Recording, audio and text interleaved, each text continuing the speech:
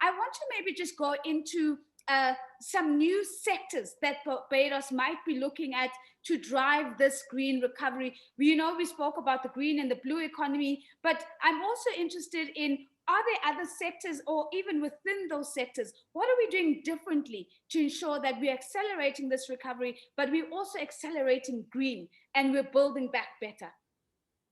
So we are focusing on the energy, housing, transport, agriculture, and tourism sectors, and building the environmental goods and services sector. And I have elaborated on some of that.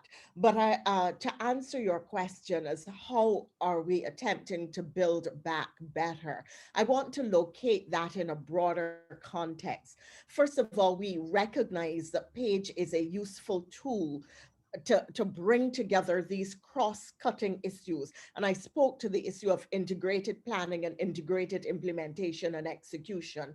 And therefore, that shows how critical it is as a whole in terms of getting a delivery on what we want, the policy framework. So the question would be, going forward, are there mechanisms that we can use to embed PAGE as a tool for affecting green recovery and green sustainability in countries and in small island developing states? How do we move from this being a short-term tool to a long-term mechanism on which people can depend?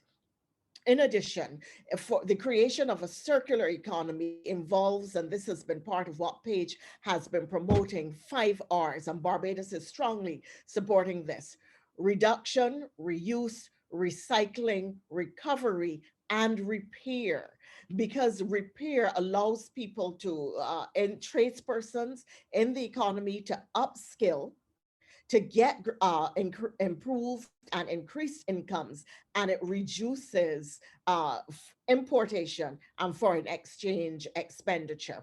In addition, as part of the process in small island developing states, we have primarily micro businesses. The indigenous businesses are micro enterprises. They're not even what are considered small enterprises in the international context.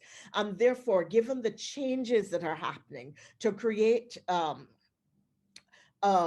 green economy, how do you prepare your micro enterprises to operate in a dynamic and changed environment, particularly in a post-COVID environment where there's going to be greater emphasis on digitization and technologies?